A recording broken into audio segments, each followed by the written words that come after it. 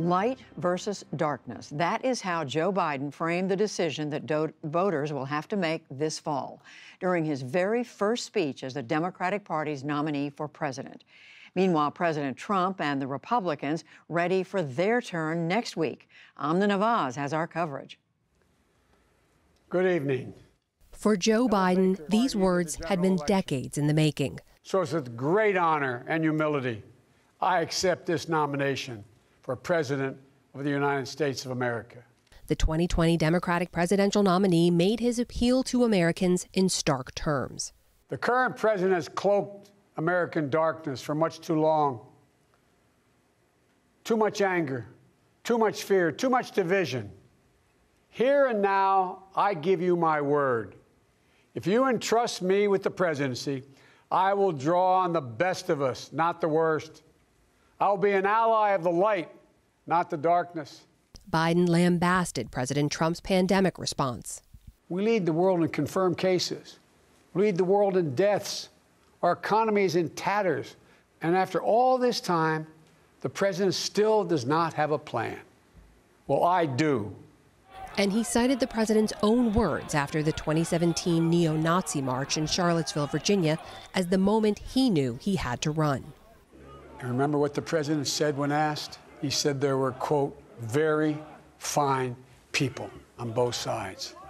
At the time, I said we're in the battle for the soul of this nation.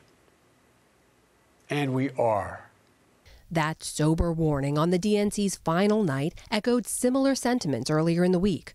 Former presidential nominee Hillary Clinton. For 4 years, people have told me I didn't realize how dangerous he was. Former First Lady Michelle Obama. Donald Trump is the wrong president for our country. And former President Barack Obama, all stressing the high stakes of this election. Do not let them take away your power. Do not let them take away your democracy. Over the week, history was made, most notably by Senator Kamala Harris, the first woman of color ever nominated to a major party ticket. Let's fight with conviction. Let's fight with hope.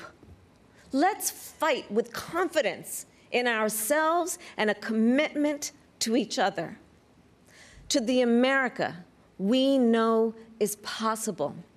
And the first entirely virtual roll call vote, giving viewers a tour and, in some cases, a taste across 57 states and territories. Our friend, Delaware, Joe Biden.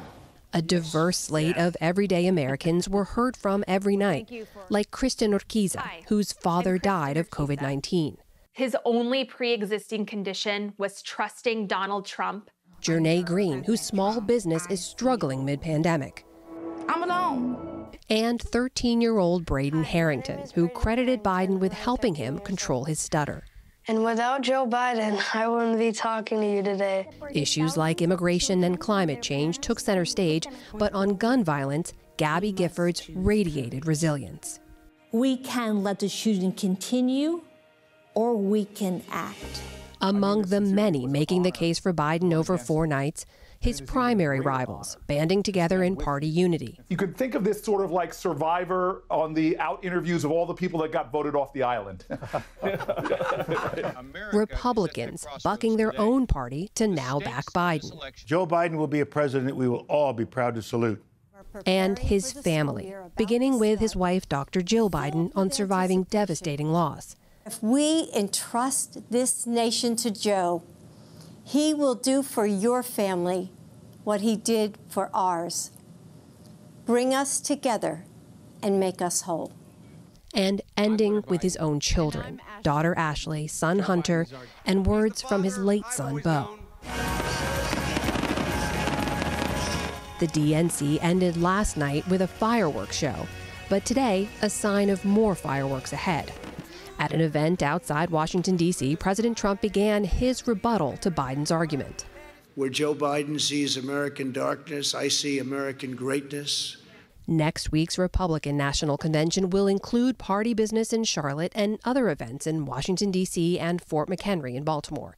Confirmed speakers include President Trump, First Lady Melania Trump, and Vice President Pence, as well as senior party figures like former UN Ambassador Nikki Haley, Senators Joni Ernst and Tim Scott, House Minority Leader Kevin McCarthy, and South Dakota Governor Kristi Noem.